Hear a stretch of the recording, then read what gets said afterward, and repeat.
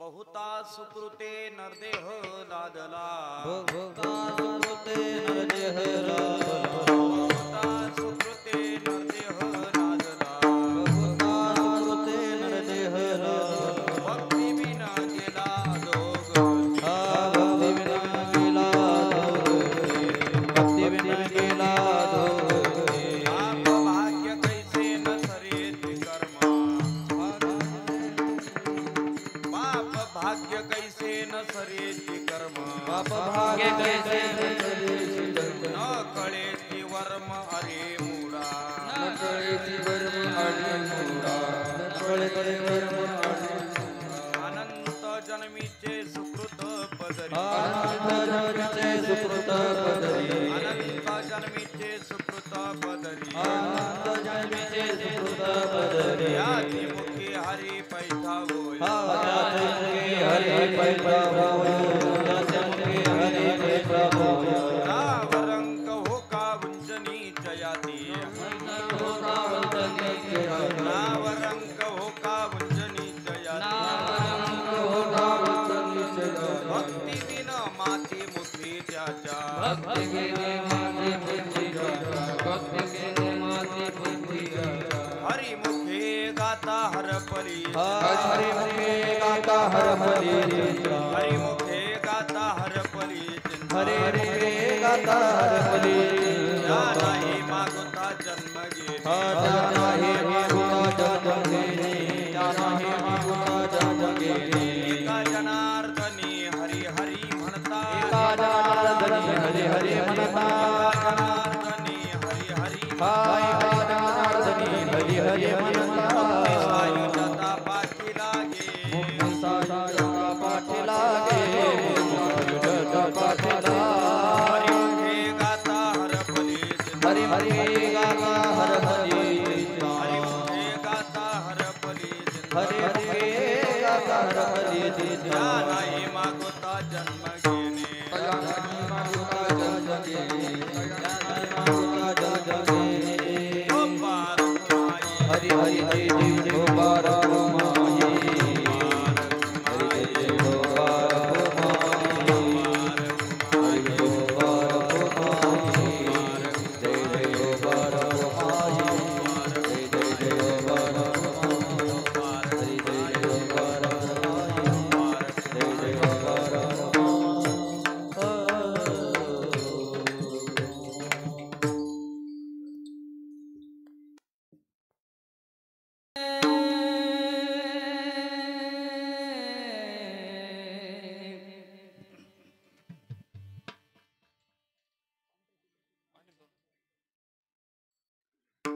रे रे रे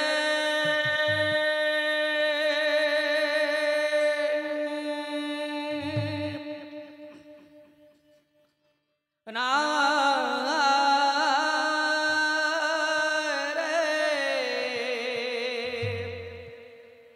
रे रे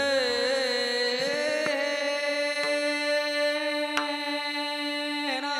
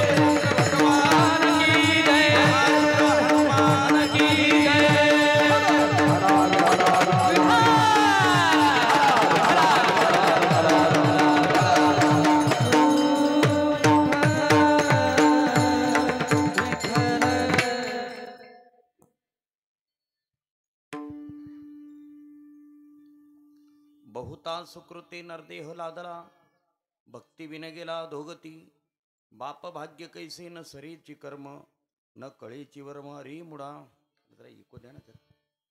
अनंत जन्मीची सुकृत पदरी त्याची मुखी हरी पैठा होय रावरंक हो का उंच नीचे याती भक्ती विन माती मुखी त्याच्या. एका जनार्दनी हरी हरी म्हणता एका जनार्दनी हरी हरी म्हणता मुक्ती सायुज्यता पाठी लागे हरिमुखे गाता हरपली चिंता त्यांना ही मागुता जन्म घेणे विठ्ठल विठ्ठल हरी विठाला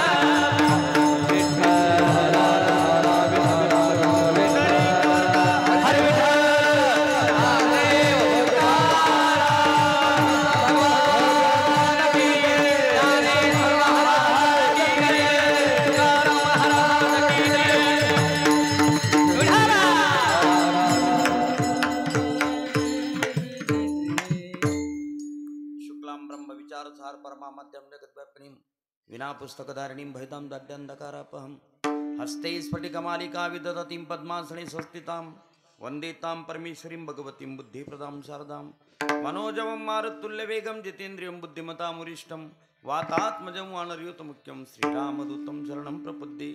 हे कृष्ण करुणा सिंधु दीनबंधु जगत्पते गोपेश गोपिकाकांतं राधाकांतं नमस्तुते. पंढरीचा देव राजा पंढरीचा देव राजा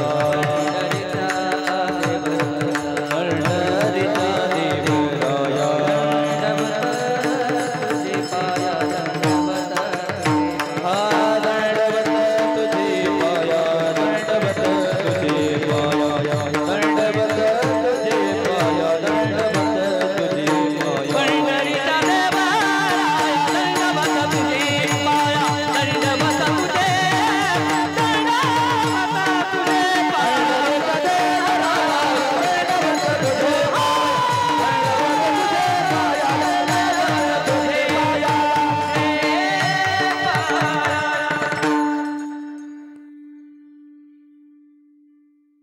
बहुता सुकृते नरदेह लादला भक्ती विने गेला अधोगती हरिमुखे गाता हरपली चिंता त्यांना ही मागुता जन्म घेणे.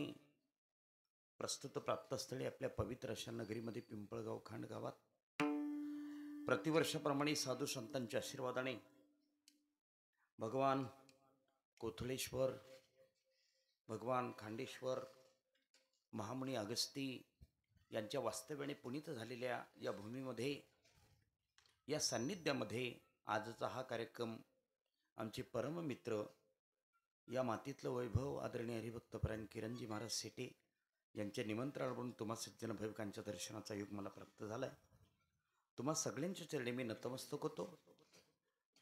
मृदंगासाठी साथ करण्यासाठी उपस्थित असणारे आदरणीय हरिभक्तपरायण संकेतजी महाराज या ठिकाणी उपस्थित त्यांना प्रणिपात करतो. आदरणीय पांडे महाराज आहेत त्यांनाही विनंती की आपण खूप दिवसानंतर आपली गाठ झाली आणि या योगाने आपण साथ देण्यासाठी आलात. आपल्यालाही मी नतमस्तक आहे. उपस्थित सर्व गुणीजन कलाकारांच्या चरणी नतमस्तक होतो आणि कार्यक्रमाला प्रारंभ करतो. विठ्ठल विठ्ठल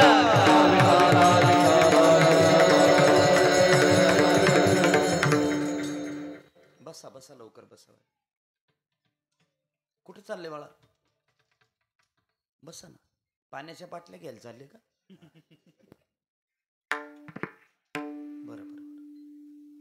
उठू नका कोणी. चोपदार ते बसल्यावर बाहेर आले तुम्ही. संरक्षण यंत्रणा जरा ठीक आहे, काय हरकत नाही. विठाला विठाला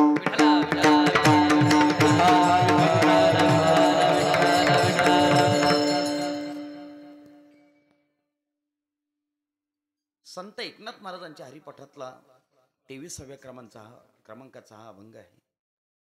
या अभंगात बरे मानवी देहाचं मूल्य संत एकनाथ महाराज तुमच्या आमच्यासमोर विशद करतायत. वारकरी संप्रदायामध्ये नाथ महाराजांचं जीवन एक अलौकिक आणि ऐश्वर्य संपन्न असं जीवन आहे. नाथ महाराजांना 3 गोष्टी आहेत. ऐका लक्षपूर्वक, मी पुन्हा विचारेल तुम्हाला. नाथ महाराज संत होते, नाथ महाराज शांत होते आणि नाथ महाराज श्रीमंत होते.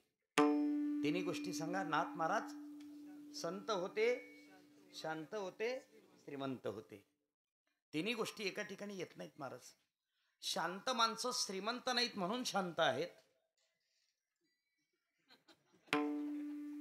शांत माणसं श्रीमंत नाहीत म्हणून शांत आहेत, आणि श्रीमंत माणसं शांत नाहीत म्हणून श्रीमंत आहेत. लक्षात ठेवा. कदाचित दैववशात त्या दोन्ही गोष्टी प्राप्त होऊ शकतीलही. शांतताही मिळेल आणि श्रीमंतही मिळेल, पण संतत्व प्राप्त होईल त्याची मात्र शक्यता नाही. नाथ महाराजांच्या जीवनात हे अलौकिकत्व आहे. शांती आणि श्रीमंतिता आहे, यात नवल नाही. पण संतत्व ही जी पदवी नाथ महाराजांना प्राप्त झाली ती या दोन्ही अलंकारांना घेऊन जन्माला आलेली. महाराज लक्षपूर्वक ऐका. श्रीमंती किती? देवगिरीचं किल्लेदाराचं वैभव नाथ महाराजांच्या घरामध्ये होतं. शेकडो नोकर वर्ग घरामध्ये काम करत होता, पण तरी सुद्धा आपल्या ऐश्वर्याला तसोवर तडा जाऊ न देता आपल्या भक्तीमध्ये रममाण झालेले नाथ महाराज या जगामध्ये विशेष लौकिकाचे संत म्हणून प्राप्त झाले. त्याला कारण असते. श्रीमंती कशावर कोणाची ओळखली जाईल मला माहित नाही. नाथ महाराजांची श्रीमंती एवढी वैभव संपन्न होती. महाराज नाथ महाराजांच्या घरी रोज 100 पाहुणे जेवायला असायचे. महिला मंडळ. झोपल्या का तुम्ही? थोड्या वेळात झोपा, अजून नका झोपू. इकडे लक्ष द्या. रोज किती पाहुणे असायचे जेवायला? महिला मंडळ 100. एकाच पाहुण्यामध्ये तुमच्या आदळापट चालू होऊन जाते घरात. रोज 100 पाहुणे आणि प्रत्येकाला, पांडे महाराज, प्रत्येकाला पुरणपोळीचं जेवण. 100 माणसांना. आपल्याकडे वर्षातून एकच दिवस पुरणपोळी असते तरी 4 दिवस खेळ चालतो तिचा. 4 दिवस खेळ चालतो तिचा. या महाराज.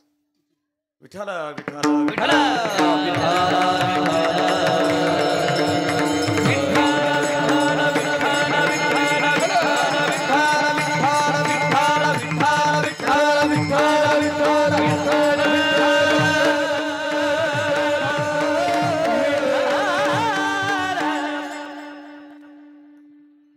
आमचे परममित्र आणि वारकरी परंपरेतील मान्यवर कीर्तनकार आपल्या खुमासदार शैलीमध्ये, वक्तृत्व शैलीमध्ये ज्यांचा कोणी हात धरू शकत नाही, आदरणीय हरिभक्तपर्यंत दीपकजी महाराज देशमुख या ठिकाणी स्थानापन्न झालेत. मी त्यांनाही प्रणिपात करतो. जोरदार टाळ्या वाजून आपण त्यांचं स्वागत करतो. नाथ महाराजांच्या श्रीमंतीचं वैभव सांगत होतो मी तुम्हाला. 100 माणसं रोज जेवायला, प्रत्येकाला पुरणपोळीचं जेवण. महाराज आपल्याकडे वर्षातून एकच दिवस पुरणपोळी तरी 4 दिवस खेळ चालतो तिचा. त्या बायांना काही काम सांगा तुम्ही. 4 दिवस पुरणपोळी पुढे राहू द्या. काही काम सांगा ते आपल्याला. शांत बसा, पुरणपोळी आहे. शांत बसा, पुरणपोळी आहे. आणि अशी पुरणपोळी करतात महाराज. अशी पोळीवरती धरली का पुरण खाली अंग सोडून देतं. काय खेळ येतो. तुमच्याकडे बनवतात का त्या हातावरच्या पोळ्या? मांडे म्हणतात आमच्याकडे त्याला, नाही का? तुमच्याकडे शॉर्टकट कार्यक्रम आहे का तव्यावरची पोळी? हां बरं, काय हरकत नाही. 100 माणसांना मांडे भोजनाचं जेवण, याच्यावर श्रीमंती अवलंबून नाही. साठी महाराज अजून सांगतो. नाथ महाराजांच्या घरी शेकडो नोकर कामाला असताना सुद्धा आई गिरजाई स्वतः पाहुण्यांना वाढायच्यात. हे श्रीमंतीचं वैभव आहे महाराज. विठाला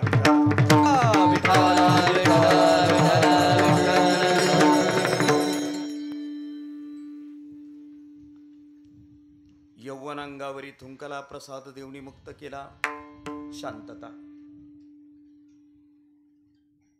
एका ब्राह्मणाच्या पोरीचं लग्न होतं आणि त्याला 200 रुपयाची गरज होती. पूर्वी 200 रुपयावर लग्न व्हायचेत महाराज. पूर्वीचं काहीच राहिलं नाही. राहिलं का काही पूर्वीचं भाऊ? काही राहिलं का? नाही. तुमचं झालं नाही का अजून? रॉंग नंबर लागून गेला माझ्याकडे. काय जास्त. विठ्ठल विठ्ठल.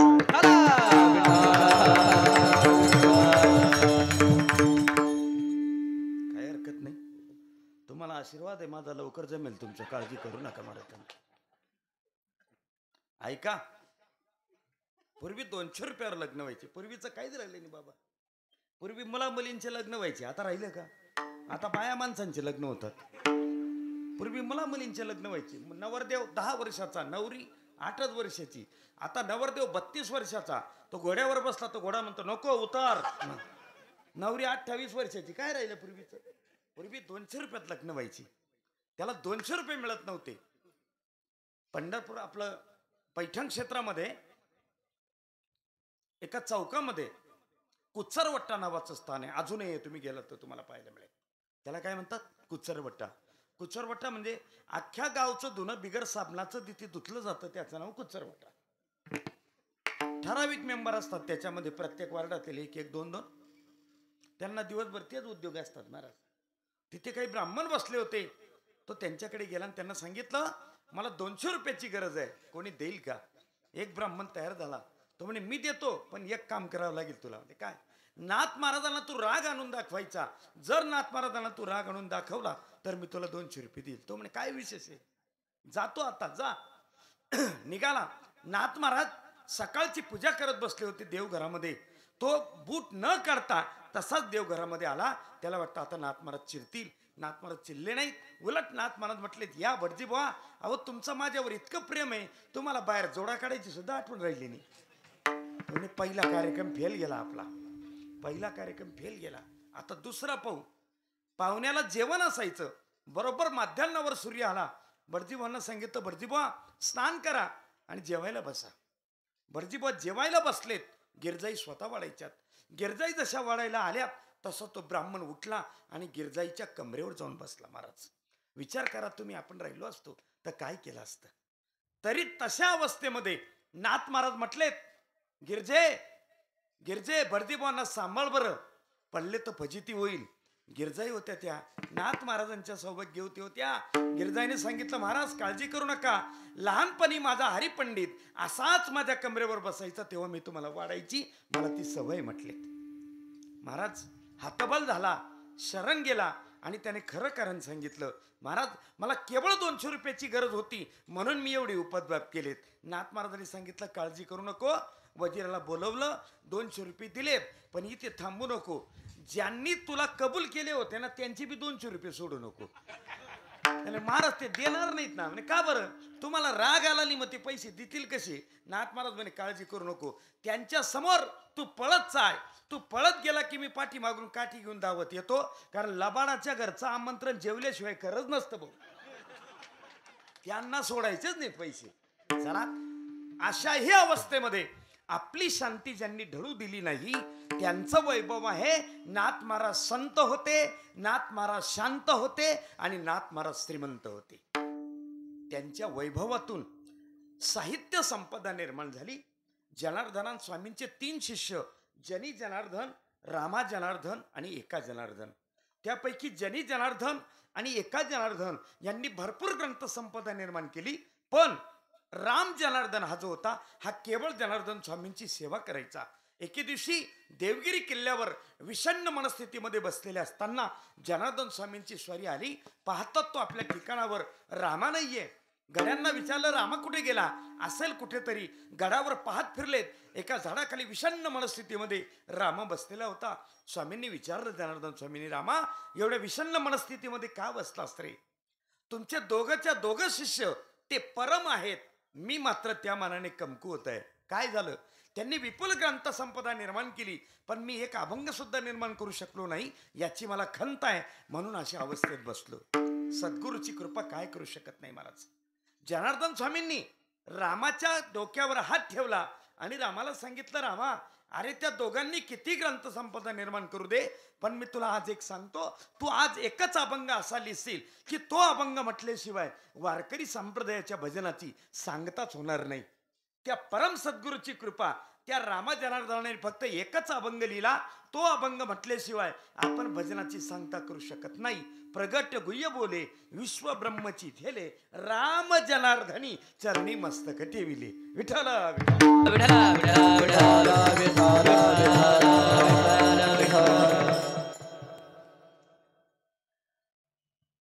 यादवकालीन साम्राज्य भारतात असताना त्या यादवकालीन साम्राज्यामध्ये संत एकनाथ महाराजांनी जी विपुल ग्रंथसंपदा निर्माण केली त्याच्यामध्ये भारुड नावाचं प्रकरण खूप मोठं गाजलं. त्याचं कारण असं आहे, यादवकालीन साम्राज्यामध्ये खूप लढाया व्हायच्यात आणि त्या लढाया होत असताना ज्या वेळेला सैन्य तळावर जायचं त्यावेळेला त्यांना 6-6 महिने 8-8 महिने कधी कधी 12-12 महिने आपल्या कुटुंबाची भेट व्हायची नाही महाराज. मग त्यांच्या मनोरंजनासाठी अनेक विविध प्रकार केले जायचे. त्या मनोरंजनातून भक्ती साधली जावी याकरता नाथ महाराजांनी भारुड प्रकरण लिहिले. त्याच नाथ महाराजांनी हरिपाठ हे प्रकरण लिहिलं. त्या हरिपाठामधल्या 23व्या क्रमांकाचा हा अभंग आहे. प्रस्तुतच्या अभंगातून संत एकनाथ महाराज मानवी जीवनाचं मूल्य समजून सांगतायत. जीवन कितीही सर्वांग सुंदर असेल पण ते भक्तीने जर नटलेलं नसेल तर जीवन शुष्क असतं. नाथ महाराजांचं स्पष्ट मत आहे. नीट आहे का? ओव्या सांगेन काही वाजवा. आयुष्य विन लक्षणे शिसे विन अलंकरणे, ओरे विन ओधावने विटंबुगा, व्याकरणी चोखडा तर्की अति गाढा, अध्यात्मज्ञानी पुढा जात्यंदुजू. 2 ओव्या आणि 4 दृष्टांत. ओव्या किती? 2 आणि दृष्टांत 4. 4ही दृष्टांत सांगितल्याशिवाय अभंगामध्ये प्रवेश करताच येऊ शकत नाही महाराज. आयुष्य विन लक्षणे, लक्षणं भरपूर आहेत पण आयुष्य नाही. काय किंमत आहे? एक भविष्य पाहणारा माणूस रस्त्याने चालला होता. ते पोपट घेऊन फिरतात. ते पाहिलेत का तुम्ही? ते आहेत का तुमच्याकडे? ते पोपट घेऊन भविष्य सांगतात. वा, एक पोपट असतो, तो शिकवलेला असतो, तो चिठ्ठी घेऊन बाहेर येतो. मग हा चिठ्ठी वाचतो आणि त्या चिठ्ठीवरून त्या अंकशास्त्रावरून तो भविष्य सांगतो. तो सगळा तर्क आहे बरं का. तो तर्क आहे, ज्ञान नाही. ते तर्क आहे. ते ऐका बरं का. एक भविष्य पाहणारं दिवसभर फिरलं, त्याला गिऱ्हाईकच मिळालं नाही. आला रागारागाने त्याने संध्याकाळी पोपटच फेकला. त्या पोपटाला म्हणे, ए रागो मेरे नाम की चिठ्ठी निकाल, आज गिऱ्हाईक क्यों नहीं मिला. शिकवलेलं असतं. ते चिठ्ठी घेऊनच बाहेर आलं. त्या चिठ्ठीमध्ये लिहिलेलं होतं, लोगों को फसाना बंद कर दे, कुछ काम धंदा करो और अपना पेट भर. तर्क असतो तो. मी सुद्धा तुमचं भविष्य सांगू शकतो बाबा. सांगू का?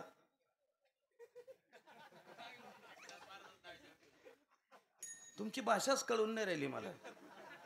नेमकं काय करू असं सांगू शकतो पण फीचा प्रश्न पडेल आता आणखी.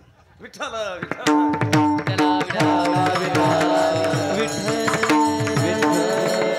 एक भविष्य पाहणारा तत्ववेत्ता रस्त्याने चालला. भविष्य पाहून घ्या.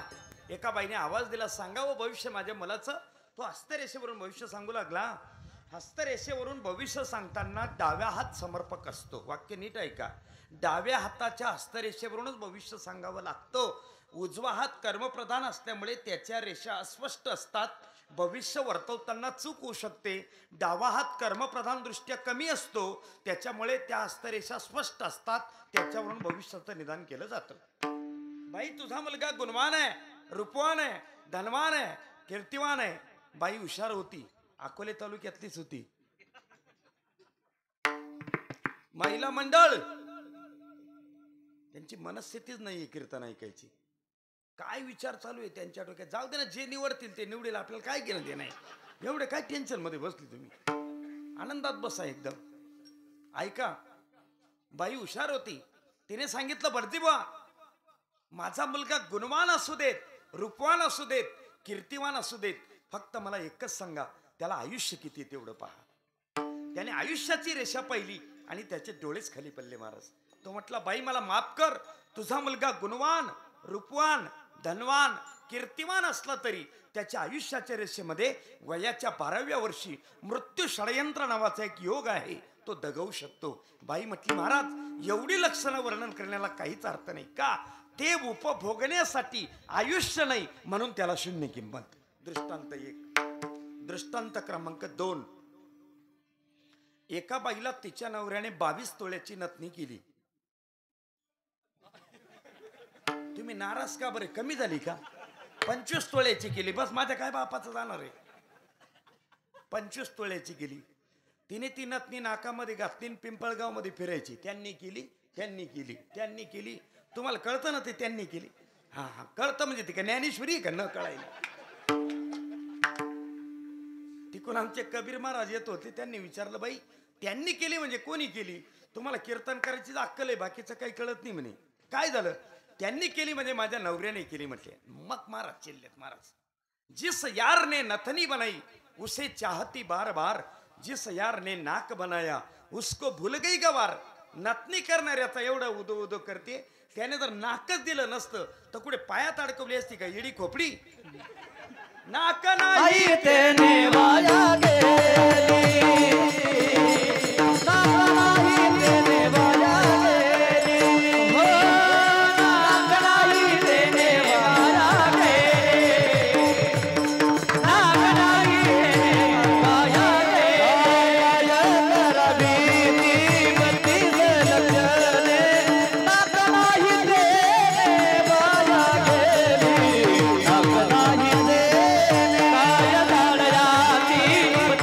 लक्षणे, नाक नाही तेने वाया गेली, नाक नाही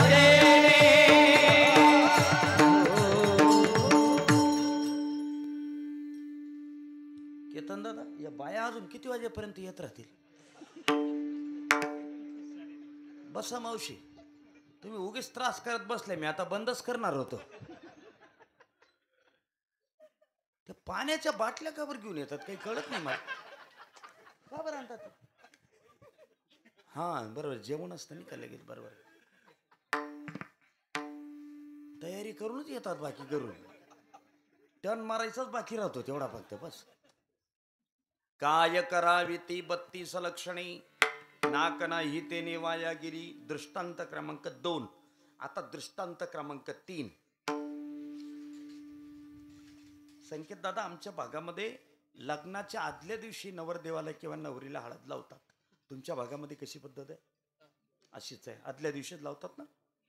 हळदच का बरं लावतात? काळा मसाला लावत नाही, हिरवी मिरची लावत नाही. दॅट सायंटिफिक रिझन, वैज्ञानिक कारण आहे त्याच्या पाठीमागे. लक्षपूर्वक ऐका. हळद लावली ज्यांनी, तो नको ऐकू रे काका, कसा घ्या लग्न नाव काढतात पळी घ्या तू. ऐका, वैज्ञानिक कारण आहे त्याच्या पाठीमागे. पूर्वी दवाखाने कमी होते भाऊ. पंचक्रोशीत एखादा दवाखाना असायचा. आता एवढे डॉक्टर आहेत. दीपक महाराज, मी ज्या शहरात राहतो त्या शहरात 5 बोटांचे 5 डॉक्टर आहेत. तुमची जर करांगली दुखली आणि तुम्ही चुकून अंगठ्यावाल्याकडे गेली तर तो चिठ्ठी लिहून देतो, करांगलीवाल्याकडे जाणे. एवढे डॉक्टर आहेत. संकेत महाराज, तुम्ही एक नाव ऐकून असाल. मुंबई प्रांतामध्ये एक मोठा पखवाज वादक आहे, राम काळे म्हणून, भिवंडीकर. महाराज ओळखतात त्याला. त्याच्या मुलाचा अपघात झाला. त्या अपघातामध्ये त्याच्या डाव्या हाताचा एक बोट फेल गेला. पखावज वाजणारा मुलगा, पखावज वाजणाऱ्याजवळ बोट हे त्याचं वैभव आहे. आम्ही अनेक डॉक्टरांकडे त्याला नेलं. आम्हाला एक पत्ता लागला. दक्षिण आफ्रिकेहून एक डॉक्टर पुण्याच्या रुबी हॉस्पिटलमध्ये 7 महिन्यानंतर एकदा येतो फक्त. त्याच्याकडे नेलं. आम्हाला सांगणाऱ्या डॉक्टरने सांगितलं की तुम्हाला एक परफेक्ट माणूस एवढंच मिळू शकतो, फक्त तोच याच्यावर उपचार करू शकेल. आम्ही 6 महिने दीपक महाराज आधी त्याची अपॉइंटमेंट घेतली आणि तो बरोबर 7व्या महिन्यानंतर रुबीला आला. आम्ही त्याला आम्ही घेऊन गेलो. त्याच्यामध्ये एंट्री केली आम्ही रूममध्ये. आम्हाला असं वाटलं आम्ही आता निर्धास्त आहोत, याचं काम झालं. का? जगातला जो डॉक्टर आहे याच्यातला सर्वश्रेष्ठ तो डॉक्टर आलेला आहे. त्याच्याकडे गेलो. त्याने सगळे कागदपत्र पाहिली, त्याचा हात पाहिला, लावला सुद्धा नाही, फक्त असा पाहिला. आणि त्याने काय सांगितलं दीपक महाराज माहिती आहे? माफ करा, तुम्हाला पत्ता बरोबर मिळाला, पण तुमचा डावा हात खराब आहे, मी उजव्या हाताचा डॉक्टर आहे.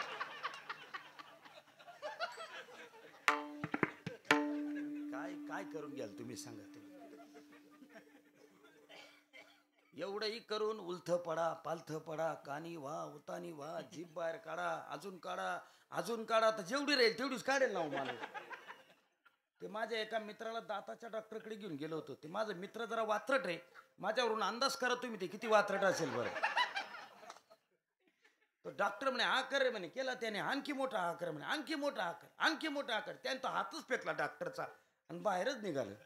तो डॉक्टर म्हणे काय रे बस ना. कशाला तुला तोंडामध्ये बसायचंय का. हा करा करून राहिला. घेणं नाही देणं नाही. पूर्वी दवाखाने कमी होते महाराज. पंचक्रोशीत एखादा डॉक्टर असायचा. जर माणूस रस्त्याने चालता चालता पडला आणि त्याला जखम झाली तर घरगुती औषध, प्रथम उपचार, हळद लावायचे त्याला जखमेवर. बरोबर आहे बाबा. हळद लावायचे. का बरं. हळद जखमेमध्ये किडे पडू देत नाही. हळद जखमेमध्ये किडे पडू देत नाही. लग्न ही सगळ्यात मोठी जखम आहे म्हणून हळद लावतात. दुसरं काहीच कारण नाही भाऊ. लावली त्याला हळद. उन्हाळ्याचे दिवस पत्रिका वाटून जाम थकलं होतं. जशी हळद लावली त्याला ताप चालला. डॉक्टरकडे नेलं. डॉक्टर म्हणे याला ऍडमिट करा म्हणे. ऍडमिट करा. सुट्टी उद्या 11 वाजता. डॉक्टर याचं लग्न आहे उद्या 11 वाजता. लग्न आहे नगरला, अहिल्यानगरला लग्न आहे याचं. तुम्ही जर याला 11 वाजता सोडलं तर 2 वाजता पोचायचं. लग्न का 3 वाजता लावायचं का. डॉक्टर म्हणे जाऊ देणार नाही. तरी कोणते लग्न वेळेवर लागतात. 11चं 12ला लागतं, 12चं 1ला लागतं, 1चं 2ला लागतं. अजून एवढं खूप चांगलं आहे ज्या दिवशी ठरतं त्या दिवशीच लागतं. याच्या पुढे अशी सुद्धा वेळ येईल. नाचणाऱ्या बांद्रांमुळे वेळ न मिळाल्यामुळे आजचं लग्न उद्या ठेवण्यात आलेलं आहे. पाहुणे मंडळींनी मारुती मंदिरात जाऊन तोंड वासून पडावं. काय करणार. विलाज नाही त्याला. डॉक्टर साहेब काहीतरी उपाय काढा. डॉक्टर हुशार होता. हुशारच असतात ते. डॉक्टर म्हणे एक काम करा. बाकीच्या गाड्या पुढे जाऊ द्या, एक गाडी मागे राहू द्या. 2-4 वायबार कलोऱ्या मागे टाकून जात एवढ्या.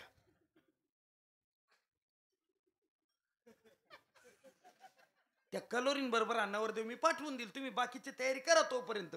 बाकीचे लोक म्हणे चालेल. पहिली गाडी काढा. पहिली गाडी रिकामसोड गाडी. पत्रिका असो नसो स्टँडवर ट्रकची वाट पाहत उभे राहणे. 50 पोरं बसले होते. 50. आणि जसे नवरीच्या दारासमोर गेले ना तिथे तो नवरीचा बाप गुलाबाचं फुल घेऊन उभा होता. कोणाची वाट पाहत होता लवकर सांगा. नवरदेवची. पण गाडीत नवरदेव नाही हो. त्या ड्रायव्हरला विचारा नवरदेव रे. तो म्हणे मागच्या गाडीत. ते म्हणे लाव तुझी गाडी बाजूला. चहा सुद्धा पाजला नाही त्यांना. चहा लग्नातला चहा घेतलाय का तुम्ही. 1 कप दूध, 14 कप पाणी, देखील व नानी काकू व तू पाणी. आमची भाषा नाही कळणार तुम्हाला. लग्नातला चहा तो जरा असा धरला ना वरचा मंडप, आड्या कड्या, फॅन, जाळं सगळं दिसतं त्याच्यामध्ये. असं वाटतं या चहामध्येच उडी मारून आत्महत्या करून घ्यावी. चहा सुद्धा पाजला नाही हो.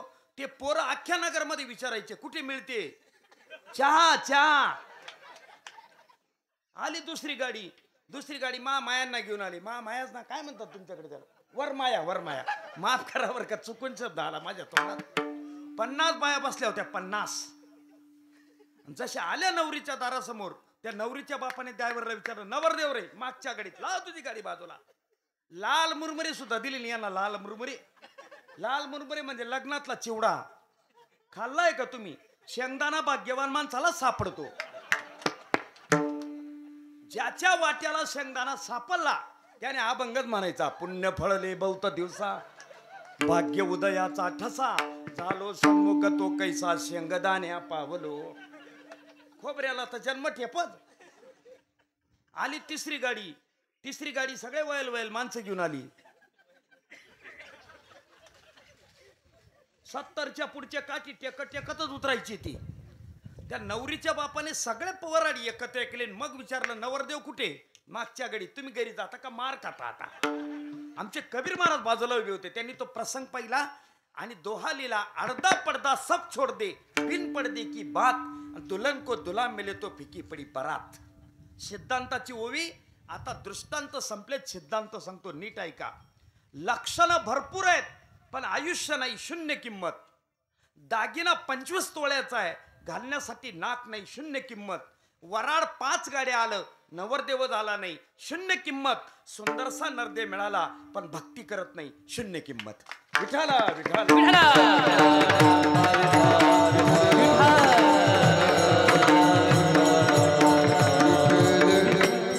मृत्यू लोकात जन्माला येऊन मनुष्य देह धारण करून भजन करत नाही. आमचे नाथ महाराज त्याला माणूस सुद्धा म्हणायला तयार नाहीत महाराज. भक्ती विना पशु कसासी वाढला. भक्ती विना पशु कसासी वाढला.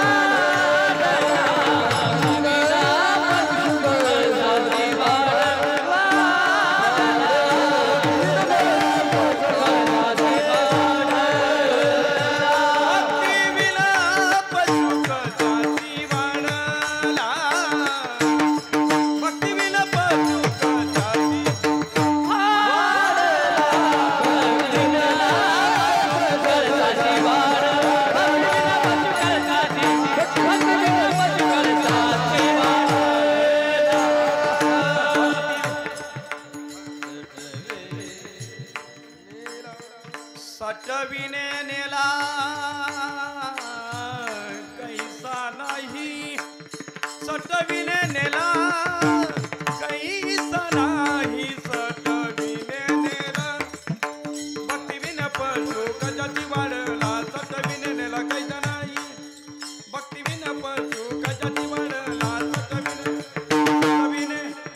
सटविने हा सटविने नेला चंद्रकौस राग आहे चंद्रकौस सटविने नेला कैसा नाही सटविने नेला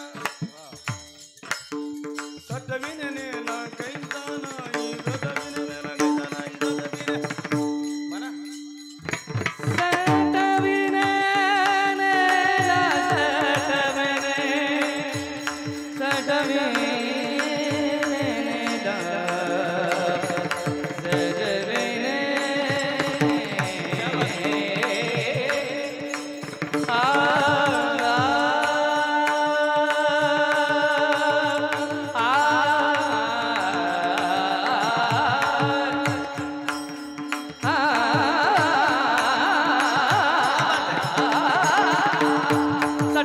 नेला सटविने नेला सटविने सटविने नेला सटविने नेला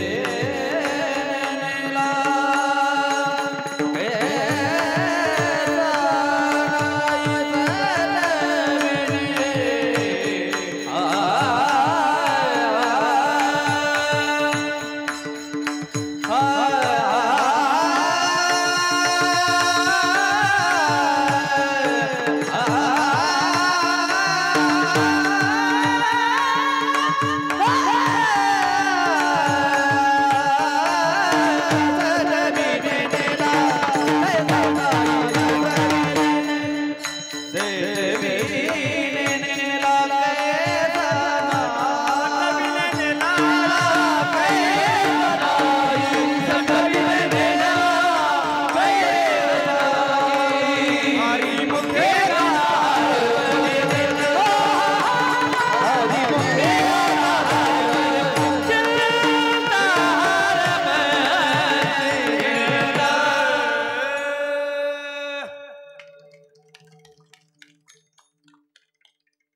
बरं वाटतं ना तुम्हाला का असं वाटतं यांना तिकडे घेऊन जावं बा असं रोडाकडे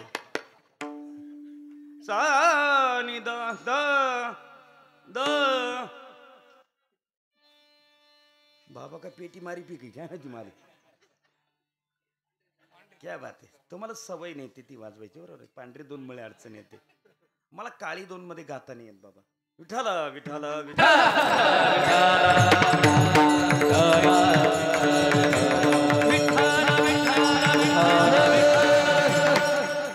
25 वर्षापासून कीर्तन करतोय महाराज. डॉक्टरांनी सांगितलं आता जर काळी दोन मध्ये गायलं तर मरालच. इतकं स्वरयंत्रावर ताण पडलेलं आहे महाराज. भयानकता एकदम प्रचंड. कीर्तन 2च तासाचं आहे. प्रवास 16 तासाचा. 16 तासाचा प्रवास महाराज. अत्यंत दुःख आहे. अत्यंत दुःख आहे. ज्या माणसांना माहिती आहे त्यांना विचारा तुम्ही. तुम्हाला वाटतं बरी मजा असते यांची. नाही रे दादा हो. एका दिवशी येऊन पहा तुम्ही आमच्या बरोबर. दुसऱ्या दिवशी नाही 23 तास झोपले तर नाव बदलून ठेवू आपल्या. साधं नाही बहुतेक. सा नि द द नी सटविने नेला कैसा नाही. आता सटवी राहिली नाही महाराज. पूर्वी स्त्रिया घरी डिलिव्हरी व्हायच्यात. मुलं जन्माला यायचे तरी घरीच आणि मरायचे तरी बी घरीच. मुलगा मुलगी जन्माला आल्यानंतर 5व्या दिवशी आई त्या खाटीजवळ रात्रभर दिवा तेवत ठेवायची. त्यावेळेला ती सटवी यायची आणि त्या बाळाचं भविष्य लिहायची. नाथ महाराज म्हटलेत भजन करत नाही त्या सटवीने त्याच दिवशी तुझं भविष्य उलटं लिहून तुला नानीत कसं दडपलं नाही म्हटलेत. भजन करत नाही काय किंमत. चला ज्ञानोबरांच्या पुन्हा ज्ञानेश्वरीमध्ये घेऊन जातो तुम्हाला. व्याकरणी चोखडा तर्की अतिगाडा अध्यात्मज्ञानी फुडा जात्यंदुजो त्याहीपेक्षा पराकोटीचा दृष्टांत. शाळेत जाता तुम्ही? नाही. का बरं नाही? काय कारण नाही? हा बरं बरं शाळेत गेलेच नाहीत. कितवीपर्यंत? हा मग तुम्ही 10वी 11वी पर्यंत तर झालेलं आहे तुमचं शिक्षण. 12वी पर्यंत तुम्हाला सांगता आलं पाहिजे. 8वी 9वी आणि 10वी तिन्ही वर्गांमध्ये व्याकरण चालवा नावाचा एक प्रकार असतो. बरोबर आहे. आद्य लघुतो यगनगनावा, मध्य लघुतो रगनगनावा, अंत्य लघुतो तगनगनावा, सर्व लघुतो नगनगनावा, आद्य गुरुतो भगनगनावा, मध्य गुरुतो जगनगना, अंत्य गुरुतो सगनगनावा, य र त न ब ज स म हे व्याकरणातले यमक आहेत. बरोबर आहे. तुम्हाला बीपीचा त्रास आहे का? नाही ना, काही होणार नाही ना. बरोबर ठीक आहे. ऐका, समोर काही मुली बसल्या असतील 8वी 9वी 10वीच्या, तर ऐका. वाङ्मय कसा लिहितात शब्द? वाङ्मय.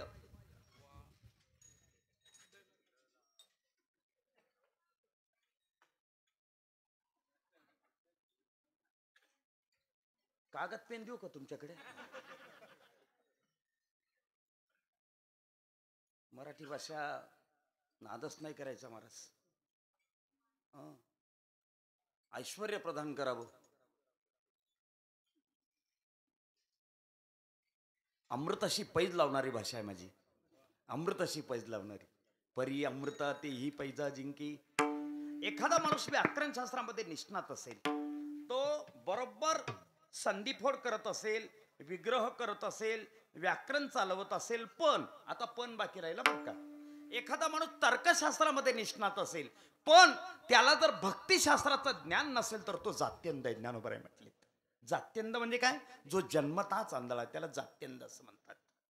बाकी सर्व कळतं, भजन कळत नाही. काय कामाचं आहे? डॉक्टर, वकील आणि इंजिनियर तिघच्या तिघ माणसं हुशार आहेत. काही दोमत आहे तुमचं? असू शकत नाही. डॉक्टर किती हुशार आहेत तुम्हाला सांगितलं मी. वकील त्याच्यापेक्षा हुशार आहेत महाराज. व म्हणजे वचकट, की म्हणजे किचकट, ल म्हणजे लबाड आमच्याकडचे. आणि या दोघांचा बाप इंजिनियर हुशार आहे महाराज. तो तर इतका हुशार आहे, तो संडास जितका जास्तीत जास्त किचन रूमच्या जवळ येईल असा दिवसेंदिवस त्याचा प्रयत्न चालू आहे. काय डोकं आहे महाराज त्यांचं. नादच नाही करू शकत तुम्ही. तिघच्या तिघ उन्हाळ्याचे दिवस असे नदीच्या काठाने फिरत फिरत निघाले. ऐका, त्यांनी विचार केला इथे फिरण्यात मजा नाही. बस बस बसून घे लवकर बस. विठ्ठल विठ्ठल विठ्ठल विठ्ठल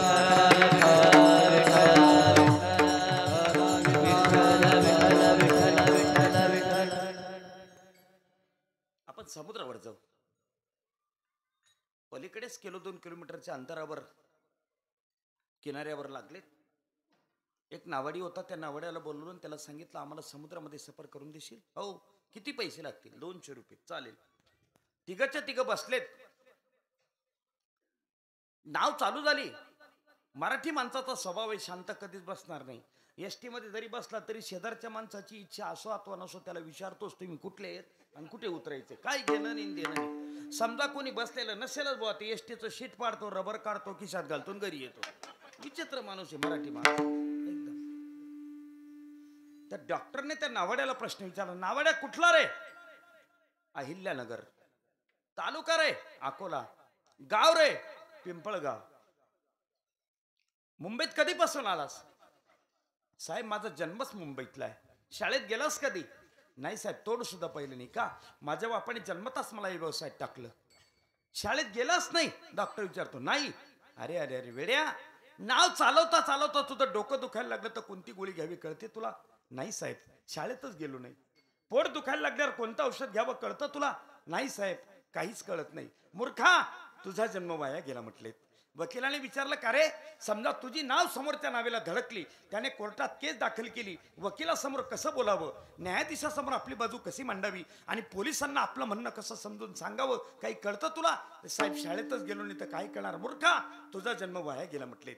इंजिनियरने विचारलं का रे नावाड्या, तुला वाटलं भविष्यामध्ये आपल्याला समुद्रामध्येच एखादा बंगला बांधायचा तर पाया किती फूट खोल घालावा लागेल, कोणतं वॉटरप्रूफ फर्निचर वापरावं लागेल, कोणत्या कंपनीचं स्टील वापरावं लागेल, कोणत्या कंपनीचं सिमेंट वापरावं लागेल, काही कळतं तुला? साहेब शाळेतच गेलो नाही तर काय कळेल मूर्खा, तुझा जन्म वाया गेला. तिघांनी त्याचा जन्म वाया घातला. तोपर्यंत नाव समुद्राच्या मध्यावर आली होती. सोसाट्याचा वारा सुटला. हो, वारा वेगाने वाहू लागला. खलाशांना सूचना मिळाल्यात, आपल्या नावा परत घ्या. हो, वादळ धडकतंय. हो, तुमच्या जीविताला धोका पोचू शकतो. नावा परत घ्या, नावा परत घ्या. डॉक्टर, वकील, इंजिनियर तिघांना नावाड्याने विचारलं, साहेब तुम्हाला पोहता येतं का? ते म्हणे, आम्हाला कोणालाच पोहता येत नाही. माझा जन्म जेव्हा वाया जाईल तेव्हा जाईल, पण तुमचा तिघांचा आताच गेला. बाकीची सगळी ज्ञान होती, पण केवळ पोहण्याचं ज्ञान नाही. म्हणून व्यवहारातली ज्ञान जशी वजा, तसं जीवन सर्वांग सुंदर असेल आणि भगवंताची भक्ती करत नसेल तर जीवन वजा. नाही तरी जन्म वाया गेला, हो हो, नाही तरी जन्म वाया गेला, नाही तरी गेला जन्म वाया, नाही तरी गेला जन्म वाया. सांगतो तुम्हासी म्हातारा विठ्ठला, नाही तरी गेला जन्म वाया, नाही तरी गेला जन्म वाया, नाही तरी गेला जन्म वाया. सांगतो तुम्हासी म्हातारा विठ्ठला, नाही तरी गेला जन्म वाया, नाही तरी गेला जन्म वाया. सांगतो तुम्हासी भजारे विठ्ठला, नाही तरी गेला जन्म वाया. ज्या जन्माचं पूर्णत्व किंवा या जन्माचं सिद्धत्व केवळ भजनामध्ये महाराज. तुम्ही जीवनात किती मोठे व्हा, किती श्री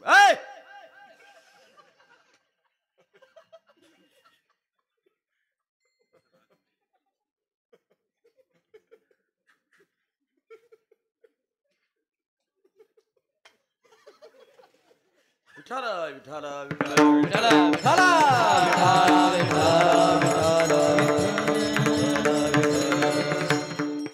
लहान पोरं मला अजिबात आवडत नाही महाराज. त्याला कारण मी दिवसभर आईशी सांभाळतो. ते शाळेमध्ये त्रास देतात आणि रात्री कीर्तनात त्रास देतात. बरं, मी इतका आगावतो, माझ्यापेक्षा ते 7 आगाव.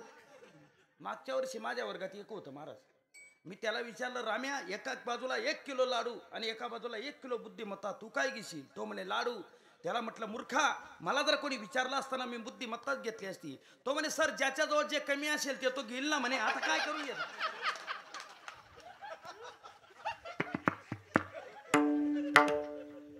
बसू द्या बसू द्या ताई, ताई बसू द्या. काही नाही काही नाही, सहज प्रेमाने रागवलो मी त्यांना, काळजी करू नका.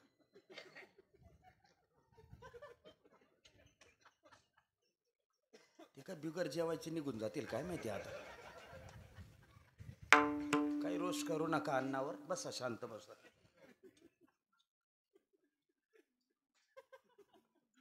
व्याकरणी चोखडा, तर्की अतिगाळा, अध्यात्मने आणि पुढा जात्यंत जो एक अचूक प्रमाण मांडतो तुम्हाला जगद्गुरु तुकोपर्यंत जीव ओवाळून टाकावा. तुम्ही कितीही ज्ञानी असा, तुम्ही कितीही विद्वान असा, कितीही गुणी असा, कितीही श्रीमंत असा, तुमचं मोठेपण केवळ आणि केवळ भजनावरच अवलंबून आहे महाराज. काय थोरपण जाळावे,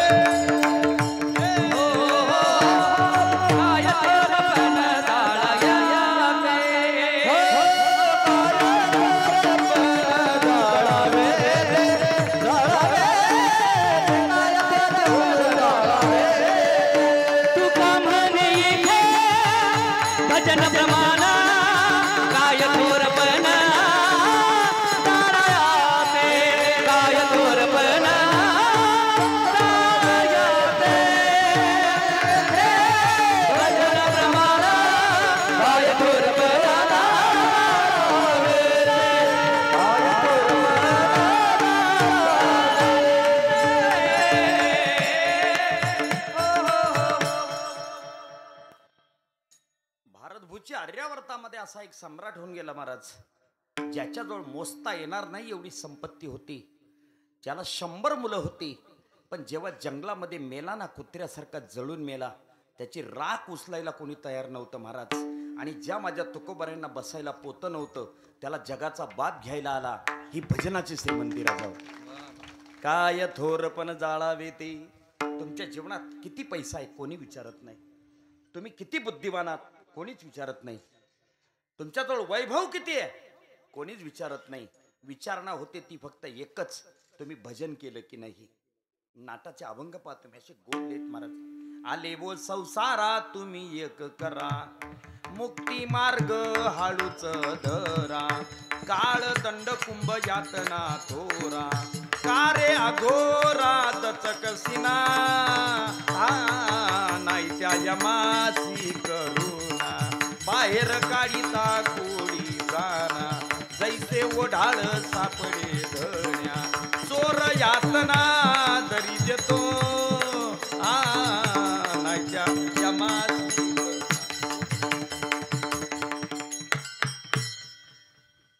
तुम्ही फक्त बाहेर पडा तुमची श्रीमंती जिरून जाईल. तुम्ही बाहेर पडा तुमची बुद्धिमत्ता जिरून जाईल महाराज. आपल्यापेक्षा लोक बुद्धिमान आहेत. कौटिल्य नावाचा एक शास्त्रकार आहे महाराज.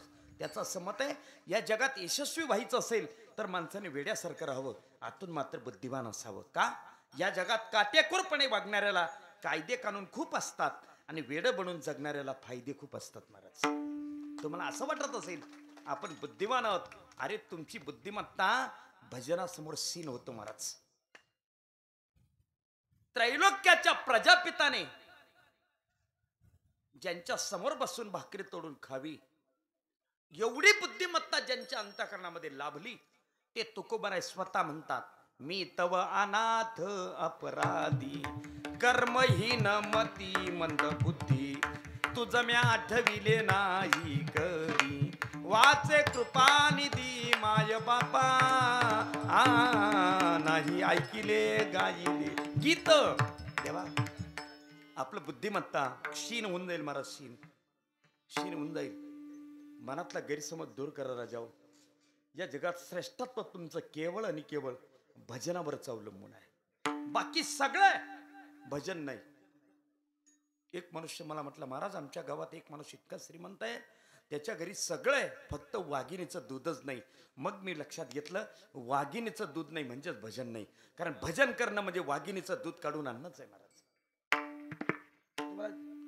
प्रामाणिकपणे सांगतो, स्पष्ट शब्दात सांगतो किरण महाराज, कीर्तनामध्ये उभ्या आयुष्यात 1,00,000 चाली म्हणणाऱ्यांपेक्षा आणि उभ्या आयुष्यामध्ये कीर्तनामध्ये 6,000 पखवाजाचे बोल वाजवणाऱ्यापेक्षा आणि एका वर्षामध्ये 700 कीर्तन करणाऱ्या कीर्तनकारापेक्षा गावामध्ये काकड आरती करणारा भजन्या कैक पटीने श्रेष्ठ आहे महाराज. लक्षात कैक पटी. मी कीर्तनातून सांगावं तुम्ही ऐकावं एवढं सोपं नाहीच राजाओ. ही परंपरा त्यांनी जोपासली. जे दररोज संध्याकाळी न चुकता मंदिरात हरिपाठ करतात ना ते या जगाचे खरे अधिकारी आहेत महाराज. भजनाचे खरे अधिकारी आहेत. का? अखंड खंडेना जीवन राम कृष्ण नारायण या भजनाचा नाद गावामध्ये त्यांनी ठेवलाय, तेवत ठेवलाय महाराज. किती असू देत महाराज. माझ्या लक्षात आलं या श्रीमंत माणसाच्या घरी वाघिणीचं दूध नाही म्हणजेच भजन नाही. भजन करणं म्हणजे वाघिणीचं दूध काढून आणणंच आहे महाराज. वाघिणीचं दूध काढायला 2 गोष्टी लागतात. पहिली गोष्ट अंगामध्ये सामर्थ्य पाहिजे आणि दुसरी गोष्ट ते दूध झेलण्यासाठी सुवर्णाचं पात्र पाहिजे. वाघिणीचं दूध अन्य धातूच्या पात्रामध्ये छिद्र पाडून निघून जातं महाराज. जर तुमचा माझ्यावर भरोसा नसेल तर उद्या काढून पाहतो मी. वाघिणीचं दूध काढणं म्हणजे बकरीचं दूध काढणं आहे का? गेला तंगडीमध्ये तंगडी धरली 2-4 दारा पिळून घेऊ भास. काही काही लोकांचा दिवसभर उद्योग चालू असतो. ठोक बकरी ठेवच्या, ठोक बकरी ठेवच्या. एवढं साधं आहे ते. जितकं सोपं नाही ना तितकं भजन करणं पण सोपं नाही महाराज. चला जीव ओवाळून टाकावा असं प्रमाण सांगेल तुम्हाला. भक्ती ते कठीण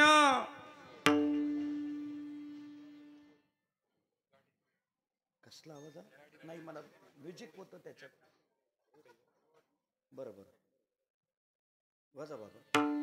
भक्ती ते कठीण सुळावरील पोळी निवडे तो बणी बिरळा शूर. एवढं सोपं नाही राजा होते.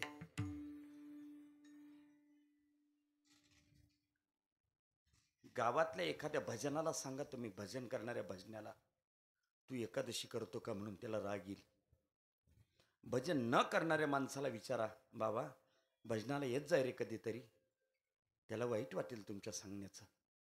पण माझे तुकोबर आहे या महाराष्ट्राच्या राजाला सांगतात, राजा आम्ही तेने सुखी मना विठ्ठल विठ्ठल मुखी, तुमचे एर वित्त धन ते मद मृत्तिके समान. ही भजनाची ताकद आहे महाराज, ही भजनाची ताकद आहे. केवळ भजन नाही, बाकी जीवनामध्ये सगळं असेल तरी ते शून्यवत आहे नव्हे. त्या शून्यवत शब्दाला आमच्या नाथ महाराजांनी विशिष्ट शब्द वापरला, तो म्हणजे अधोगती. अभंगातलं पहिलं चरण. बहुत सुकृते नरदेह लाभला, बहुत सुकृते नरदेह लाभला,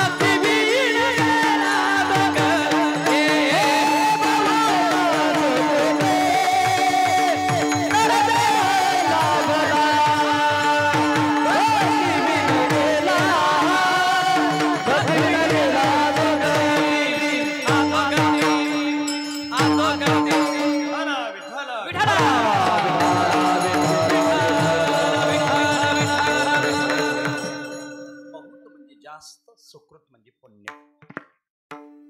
तुमच्या अनंत जन्मीचं पुण्य एकत्र आलं, तुम्हाला या नरदेहाची प्राप्ती झाली. अन्यथा अशक्यच आहे. मनुष्यत्वम मुमुक्षत्वम महात्मनस्तु संश्रया. मनुष्य देह दुर्लभ आहे, नरदेह दुर्लभ जाणारे तुम्ही वासुदेव वासुदेव म्हणा. शतवर्षाची गणना रे तुम्ही वासुदेव वासुदेव म्हणा. त्यामध्ये दुःख यातना रे तुम्ही वासुदेव वासुदेव म्हणा. तुम्ही आठवा मधुसूदना रे तुम्ही वासुदेव वासुदेव म्हणा. म्हणा म्हणा. लोक म्हणे आम्ही जेव्हा म्हणू तेव्हा म्हणू, तुम्ही म्हणा. लोक कठीण. बापाला वाटतं ना आपल्या पोराचं बरं व्हावं असं. अरे काय रिकाम्या पोरांमध्ये फिरतो, सकाळी उठायचं, आपल्या शेतात जायचं, कामधंदा करायची. काही विचार कर. माझे डोळे उघडे तोपर्यंत तुझं बरं आहे, माझे डोळे बंद झाल्यावर तुझं काय होईल. पोरगा म्हणे माझं जे होईल ते होईल, तू डोळे तर बंद कर पहिले, मग पाहू ना आपण काय करायचं. साधू संतांना या जगताची कणवाली अंतकरणामध्ये. अरे दुर्मिळ असा मनुष्य देह आहे. किती प्रयत्न केलेत महाराज. महाराजांचे अभंग सांगेल तुम्हाला. पावला हा देह काकटाली न्याय, काकटाली न्याय, काकटाली न्याय, काकटाली न्याय. पावला हा देह काकटाली न्याय, नगडे उपाय गडुआ. वा वा. नगडे उपाय गडुआ. आता माझी खंडी देह देहांतरे, देह देहांतरे, देह देहांतरे, देह देहांतरे. आता माझी खंडी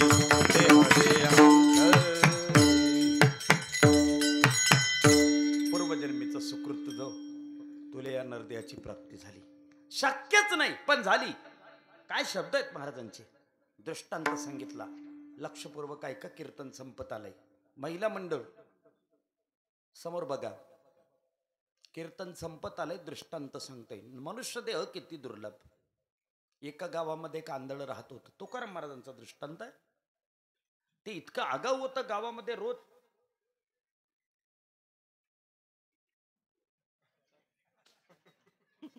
चोपदार म्हणे तुझं तुझं चालू दे म्हणे. मी आम्ही करतोय म्हणे. काय नाही. मी एक विचार करत होतो. ती दोरी आत्ताच का बरं नल्ली बुवा. कीर्तन तर 1 तास होऊन गेला. बरं ठीक आहे चला इकडे बघा भाऊ. विक्षेप होतो कीर्तनामध्ये. असं नाही करायचं मध्येच. ऐकत राहा. एका गावात ए पोरी ए बस खाली. विठाल विठाल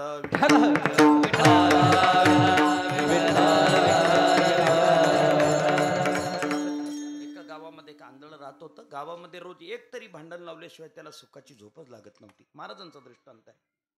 त्याचं लग्न होत नव्हतं आंधळ्याचं पण झालं. तुम्ही म्हणाले कोणती भाषा आहे. होत नव्हतं पण झालं. एकाची कटत नव्हती आणि याला भेटत नव्हती. कळलं का तुम्हाला. गेलं मग त्याचं जमून. मग आतापर्यंत गावामध्ये रोज ज्या भांडणी लावायच्या त्या भांडणी मिटवायचं काम त्याचे आईबाप करायचे. पण लग्न झाल्यानंतर त्या भांडणी मिटवायचं काम कोण करायला लागलं. त्याची बायको करायला लागली. आणि रोज भांडणी लावायच्या आणि रोज त्या बाईने मिटवायच्या.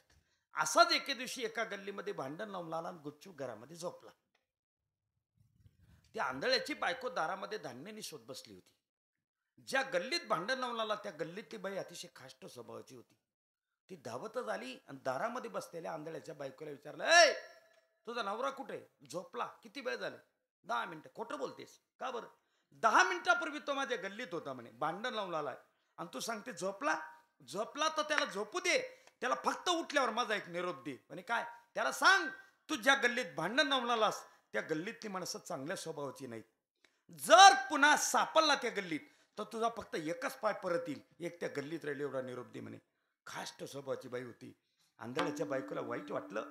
आपला नवरा कवडीचं काम करत नाही आणि रोज भांडणी लावतो. याची खोडच मोडते म्हणे. आज धान्याने स्वतः असं सूप बाजूला ठेवलं. उठली. पलंगावर झोपलेल्या आंधळ्या नवऱ्याला अशी लात मारली महाराज. एकाच लातीमध्ये आंधळ पलंगाच्या खाली. आता ज्यांना रोजच खायची सवय त्यांना काही वाटत नाही.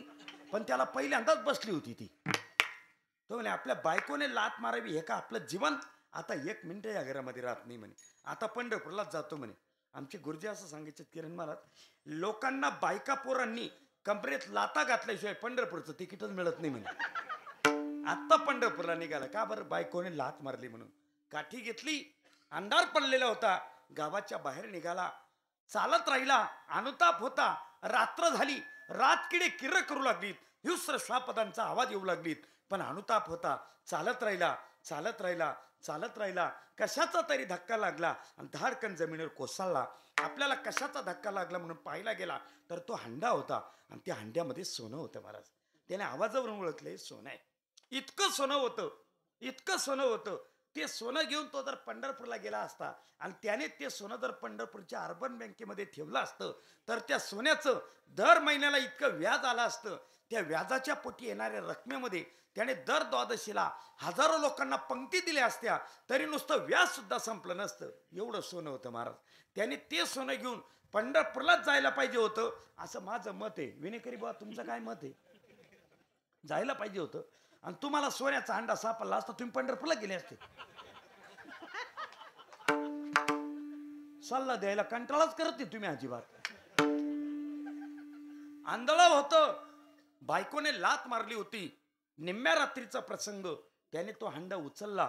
त्याच घरी परत आला ज्या घरी बायकोने लात मारली होती. माझे गुरुजी सांगायचे संसार म्हणजे काय. माणसाला पुन्हा पुन्हा लाता बसू नये. माणूस पुन्हा पुन्हा जिथे डोकं घालतो त्याचं नाव संसार. त्याच घरात परत आला. बायको खिचडी खाऊन बिंदात झोपून गेली होती. तिला माहिती होतं हे आज जरी आलं नाही तरी उद्या येणार म्हणजे येणार. जसं आमच्या बायांना माहिती राहतं हे 7 दिवस कुठे का तरफडे ना. काल्याचं कीर्तन झाल्यावर येणार म्हणजे येणार. तसं तिला माहिती होतं हे उद्या येणार म्हणजे येणार. रात्रीचा 2 वाजेचा प्रसंग. या आंधळ्याने दारावर ताप मारले. क्या बात आहे. तुझा लाऊड स्पीकर खरंच छान आहे. टाळी वाजवा एकदा त्याच्याकरता. आवाज दिला ऐ दार उघड. तिने दार उघडलंच नाही महाराज. ती आतून याला म्हटली तुम्ही पंढरपूरला गेले होते ना, तू दार तर उघड, मी काय आणलं ते पाय म्हणे. आणि तिने ते दार उघडलं आणि जसं चकाकणारं सोनं पाहिलं. तीच लात मारणारी बायको म्हणते बसा चहा ठेवू का.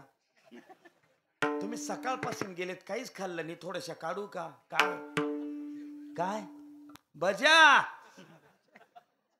आंधळ इतकं बेकार होतं महाराज. त्याने काय सांगितलं माहिती, तुकाराम महाराज म्हणतात बरं का, आंधळ इतकं बेकार होतं पांडे महाराज. ते आपल्या बायकोला म्हणे तू मला उठ म्हणू नको, बस म्हणू नको, चहा देऊ नको, नाश्ता देऊ नको, जेवण देऊ नको, तू फक्त एकच काम कर म्हणे. काय, मी आणखी पलंगावर झोपतो, तू आणखी एक लात मार, मी आणखी जंगलामध्ये जातो आणि दुसरा अंडा घेऊन येतो. आज काय काय दृष्टांताची योजना केली माझ्या तुकोबऱ्याने. ऐका बरं, तुमच्या अंगावर शारे उभे राहतील महाराज. या मूर्ख आंधळ्याला, याच्या बावळट बायकोने आता किती जरी लाता मारल्यात तरी दुसरा अंडा मिळणे जसं शक्य नाही, तसं तुम्ही आपण किती जरी प्रयत्न केला तरी पुन्हा हा नरदेह मिळणे शक्य नाही महाराज. प्रमाण बघा. शेवटाची पाळे एक मनुष्य जन्म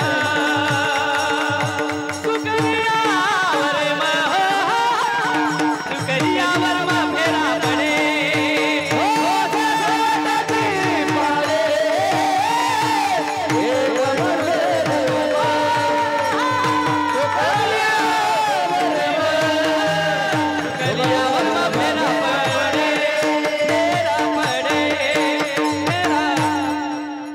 आंधळ्याचे पायी धनाची चरबी अघटित केवी घडवाले. घडू नये ती घटना घडली महाराज. काय, आंधळ्याचे पायी धनाची चरबी. चरबी म्हणजे हंडा. अरे डोळस माणसांना हंडा सापडत नाही, पण आंधळ्याला सापडला. हे जसं अघटित घडलं तसं देवादिकांना हा नरदेह दुर्लभ आहे, पण तुम्हा आपल्याला मिळाला हे अघटित घडलं. बहुता सुकृते नरदेह लादला, भक्ती विन गेला अधोगती. बाबा कर्म कोणाच्याही बापाला सोडत नाही, ते तुलाही सोडणार नाही. अभंगातलं दुसऱ्याच्या बाबा बाबा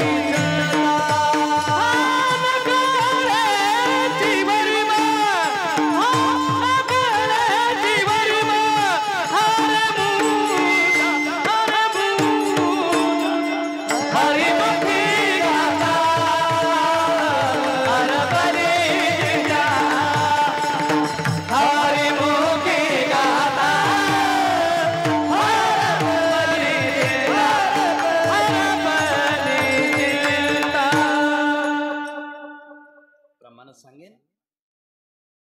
कर्म कुणालाही चुकत नाही महाराज. तुम्ही किती मोठे असं कर्म केल्याशिवाय मला जगू शकत नाही. गीता न्याय सांगते, कर्मानुबंधीनी मनुष्य लोके. ज्ञानोबा फार सुंदर होईल.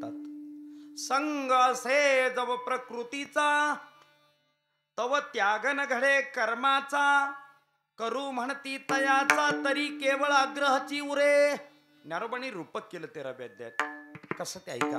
एखादा मनुष्य म्हणेल मी कीर्तन ऐकायला जाणार नाही, त्याचे हातपाय बांधून जर त्याला कीर्तनात आणून सोडला, त्याची इच्छा असो अथवा नसो त्याला जसं कीर्तन ऐकावं लागेल, तसं मनुष्य देह धारण केल्यानंतर तुमची इच्छा असो अथवा नसो तुम्हाला कर्म हे करावंच लागेल.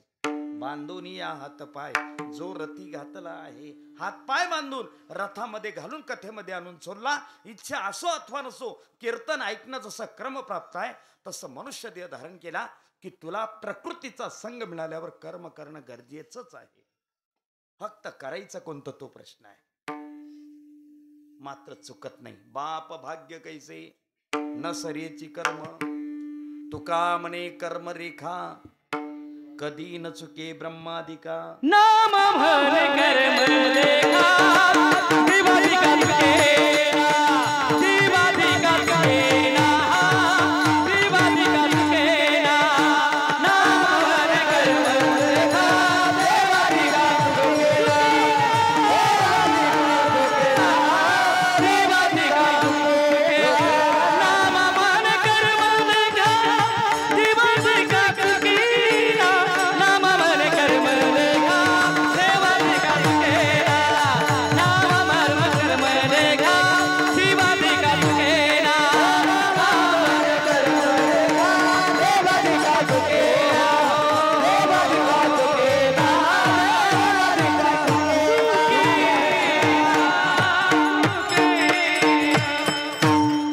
पुन्हा ज्ञानेश्वरी सांगतो. जेत जया जे कर्मसूत्र ते तै मांडिले स्वतंत्र, वा ते गतीसी मुळगात्र होण्याची लगे. सकारात्मक षष्टी आली. चुकत नाही. न कळेची वर्मारी मुळा. मूळ या शब्दाचा अर्थ आहे अज्ञानी. हे अज्ञानात तुला हे वर्म कसं कळत नाही की मनुष्याला कर्म केल्याशिवाय जगता येऊ शकत नाही. मग एक गोष्ट लक्षात ठेव, कर्म केल्याशिवाय मनुष्य जगू शकत नाही, तर केवळ सत्कर्मानेच मनुष्याला भगवंताची प्राप्ती होते हेही तुला कळायला पाहिजे. कर्माचे दोन प्रकार आहेत. एक सत्कर्म आणि दुसरं असत्कर्म, ज्याला शास्त्राच्या भाषेमध्ये निषिद्ध कर्म आणि विहित कर्म असं म्हटलेलं आहे. कर्म हेही आहे आणि कर्म तेही आहे. तुम्ही म्हणाल कोणतंही केलं तर काय फरक पडतो? नाही. निषिद्ध कर्माने मनुष्य अधोगतीला जातो, तर विहित कर्माने मनुष्याची प्रगती साध्य होत असते. त्या विहित कर्माचा आग्रह जगद्गुरु तुकोबराय बऱ्याचशा अभंगातून मानतायत तुम्ही. ऐसे का हो न करा काही, पुढे नाही नाश द्या. का करत नाही? ऐशी जोडी करा, रामकंठी धरा, जेणे चुकी फेरा गर्भवास करा. बाबा रे, करण येते हेची करा, नरका घोरा का जाता, जयामध्ये नारायण शुद्ध पुण्य ते येत. तुला कर्म केल्याशिवाय जगता येत नाही ना बाबा रे. बाप भाग्य कैसी न सरीची कर्म, न कळेची वर मारी मुडा. बाबा रे, तुला भजन करावंच लागेल. तुम्ही म्हणाल आमच्या तोंडामध्ये येत नाही ना. ते येईल कसं? येईल कसं? वाक्य नीट ऐका, वाक्य नीट ऐका. भजन कोणाच्याही तोंडात येत नाही. पुढचं वाक्य बोलतो, आलत्या भलत्याच्या तोंडात अजिबात येत नाही. ज्याचा पूर्वजन्मीचं सुकृत चांगलं असेल त्याच्याच मुखामध्ये देवाचं नाव येतं. बहुत सुकृताची जोडी, बहुत सुकृताची जोडी, बहुत सुकृताची जोडी, बहुत सुकृताची विठाली आवडी, मनोनी विठाली आवडी. तो हा विठा बरवा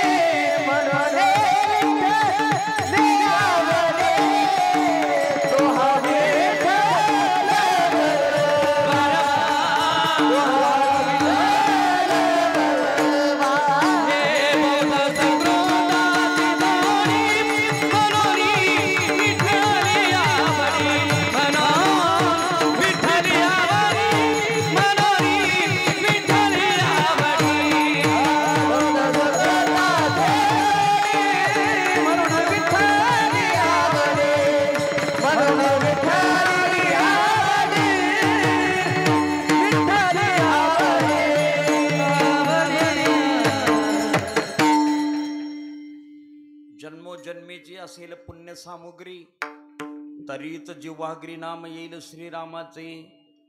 आलत्या भलत्याच्या तोंडात देवाचं नाव येत नाही. रस्त्याने चालता चालता तुम्ही एखाद्या माणसाला जर रामराम केला तर त्याचं तोंड उघडणारच नाही, ते फक्त वरती हात करतं. समजायचं जन्मोजन्मीची असेल पुण्य सामुग्री तरीच जिव्हाग्री नाम येईल श्रीरामाची. बहुत सुकृताची जोडी म्हणून विठ्ठली आवडी. पूर्वजन्मीच्या सुकृताशिवाय भजन करता येऊ शकत नाही, देवाचं नाव तोंडात येऊ शकत नाही. ही गोष्ट नाथ महाराज तिसऱ्या अनेक जन्माचे सुकृत भजले, अनेक जन्माचे सुकृत भजले, अनेक जन्माचे सुकृत भजले, अनेक जन्माचे सुकृत भजले, अनेक जन्माचे सुकृत भजले, अनेक जन्माचे सुकृत भजले, अनेक जन्माचे सुकृत भजले, अनेक जन्माचे सुकृत भजले. जाते मुक्त हरे, जाते मुक्त हरे, पैसा होय हरी मुखे गाथा, हर परिचिता हरी मुखे गाथा, हर परिचिता. जाते मुखे हरे, जाते मुखे हरे, पैसा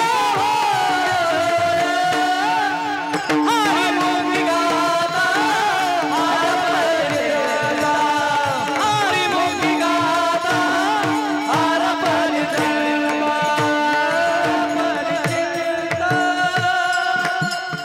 विठाला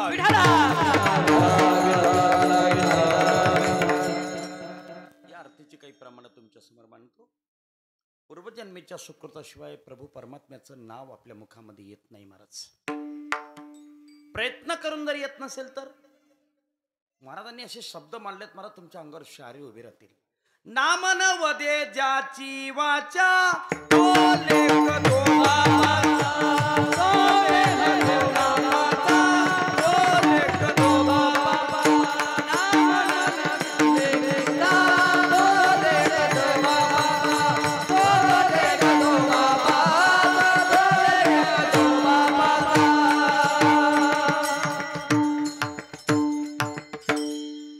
दीपक महाराज एके दिवशी गाथा वाचता वाचता असं प्रमाण आलं समोर, माझ्या अंगावर शारेच उभे राहिलेत महाराज. प्रयत्न करून जर एखाद्या माणसाच्या तोंडात देवाचं नाव येत नसेल, तुकाराम महाराज म्हणतात त्याच्यामध्ये त्याचा काहीच दोष नाही, त्याचा बाप चांगला नाही म्हणून अशी खराब अवलाद पैदा झाली म्हटलेत. तुका म्हणे ज्याचा पिता नाही शुद्ध तयासी गोविंद अंतराला. काय कठीण आहे महाराज. ज्याचा पिता शुद्ध नाही तोच प्रभू परमात्म्यापासून दूर जाऊ शकतो महाराज. तयासी गोविंद अंतरला. म्हणून तुम्ही किती मोठ्यात किती श्रीमंतात नाही, सहजगत्या तुमच्या मुखामध्ये भजन येतं की नाही महत्वाचं आहे. काही काही लोकांच्या तोंडामध्ये सहज शिव्या येतात आणि काही काही लोकांच्या तोंडात सहज भजन येतं महाराज. काय सांगू तुम्हाला, आमच्या खानदेशामध्ये नंदुरबार जिल्ह्यात संत दगाबाबा नावाचा एक साधू होऊन गेला महाराज. सहज भजन यायचं. त्यांना जर कोणी सांगितलं ना बाबा दूध घेता का, हरे राम हरे राम. बाबा जेवण करता का, हरे राम हरे राम. सहज भजन हो, सहज भजन. काही काही लोकांच्या तोंडात सहज शिव्या येतात. आमच्या खानदेशामध्ये कार्यक्रमाला गेलो होतो महाराज. गावाचं नाव सांगितलं असतं मी, पण यांचं एका देता नातेवाईक निघून जाईल, उपाधी होऊन जातील, जाऊ देत.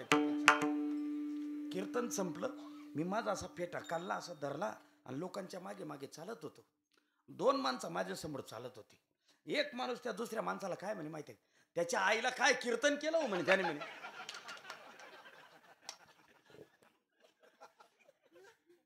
आता तुम्हाला जसं हसू आलं ना तसं मला बी हसू आलं ते ऐकल्याबरोबर. मी हसलोय त्याच्या लक्षात आलं, त्याने मागे वळून पाहिलं कोण आहे बा, महाराज आहेत. मग तरी शांत, त्याच्या आईला महाराज आहेत का म्हणे. घ्या. मी त्याच्या खांद्यावर हात ठेवला आणि चालत राहिलो. भाऊ अरे काय माणूस आहे का तू, तुझ्या तोंडात चालता चालता शिव्या येतात ना बड्या. त्याला म्हटलं थोडा प्रयत्न कर, देवाचं नाव तोंडात घेत जाय. अहो चालता चालता शिव्या हे बंद कर. तो म्हण महाराज भरपूर प्रयत्न करतो पण त्याच्या आईला तोंडातच येऊन जातो म्हणते. सांगा तुम्ही मला, अरे चालता शिव्या देणारी लोक, तशी चालता भजन करणारी लोक पाहतो महाराज. हे पूर्वजन्मीच्या सुकृताचं काम आहे महाराज. ज्याचं पूर्वजन्मीचं सुकृत बलाढ्य आहे, अनंत जन्मीचे सुकृत पदरी, त्याचे मुखी हरी पैठा होय. त्याचेच मुखी हरी. कोणाचे? ज्याचे पदरी अनंत जन्माचे सुकृत नाम पुण्य. गुरुजी सिद्धांत सांगायचे, परमार्थ पुण्याईने करता येतो आणि संसार प्रारब्धाने करता येतो महाराज.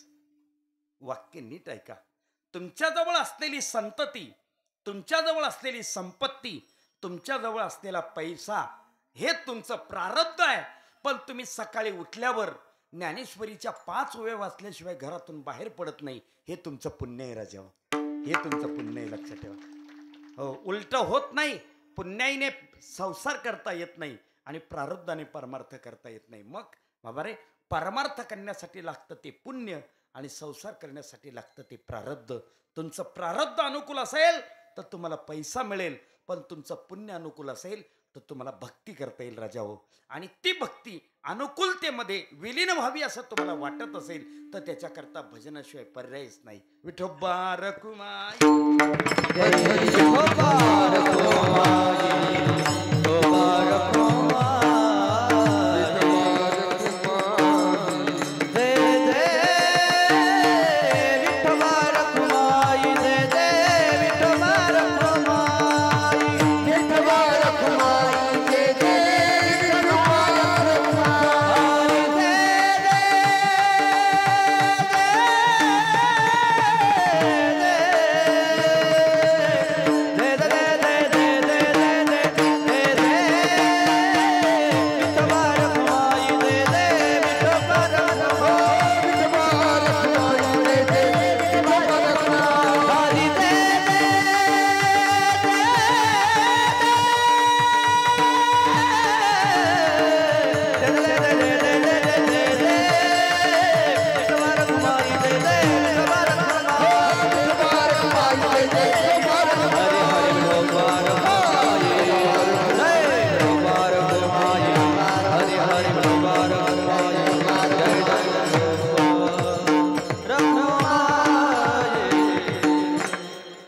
एखादा मनुष्य म्हणेल महाराज ठीक आहे, आम्हाला नरदेहाची प्राप्ती झाली पण आम्ही खूप उच्च पदावर आहोत, आम्ही उच्च पदस्थ अधिकारी आहोत, आम्हालाही भजन करणं गरजेचं आहे का? एखादा म्हणेल मी राजा आहे, मला भजन करणं गरजेचं आहे का? महाराज म्हटले तू राजा असू दे नाही तर रंक असू दे, जर भजन करणार नसेल तर तुझ्या तोंडात मातीच आहे. अभंग राव रंग हो का उंच नीच जाती, राव रंग हो का उंच नीच जाती, राव रंग हो का उंच नीच जाती, राव रंग हो का उंच नीच जाती, राव रंग हो का उंच नीच जाती, राव रंग हो का उंच नीच जाती, राव रंग हो का उंच नीच जाती, राव रंग हो का उंच नीच जाती.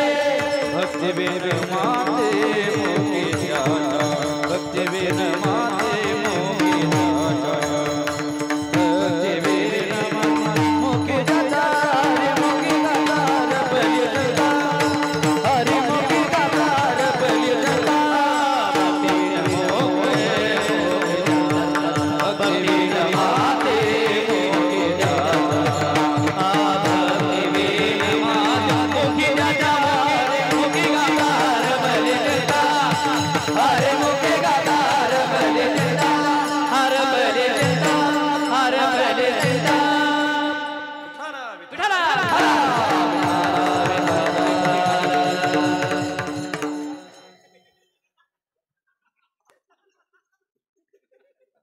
एकाच घासामध्ये सगळा गुळ उचलून घेऊन गेले.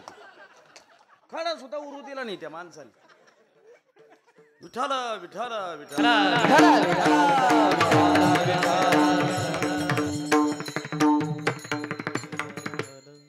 शब्दार कोणता राग म्हणतो काही कळतच नाही मला गुळ खायला.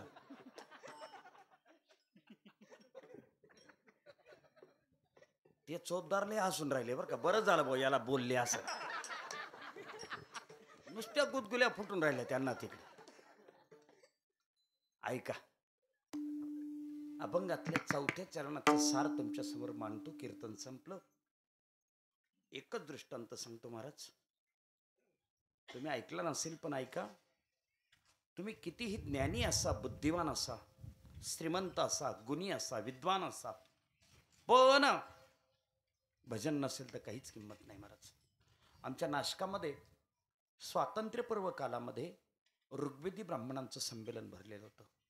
ऋग्वेदी ब्राह्मण दशग्रंथी असतात. 4 वेद आणि 6 शास्त्र ज्यांचे मुखोद्गत असतात त्यांना ऋग्वेदी असं म्हणतात. ते ऋग्वेदी कनादी असतात. कनाती म्हणजे काय ऐका नीट. चंद्रकांत नावाचा ग्रंथ आहे, कुठे मिळाला तर वाचा. त्याच्यामध्ये असं वर्णन आलेलं आहे. ऋग्वेदी कनाती ब्राह्मणाचं एक लक्षण आहे, शेतकरी शेतामधून धान्य काढून उचलून घेऊन जातो, त्यावेळेला शेतामध्ये पडलेले जे धान्याचे कण असतात ते कण वेचून घरी आणतो, त्याच्यावर उदरनिर्वाह करून ज्ञानार्जन करतो. त्याला म्हणतात कनाती ब्राह्मण. दुर्मिळ आहेत महाराज, आता पाहायला पण मिळत नाही असे ब्राह्मण.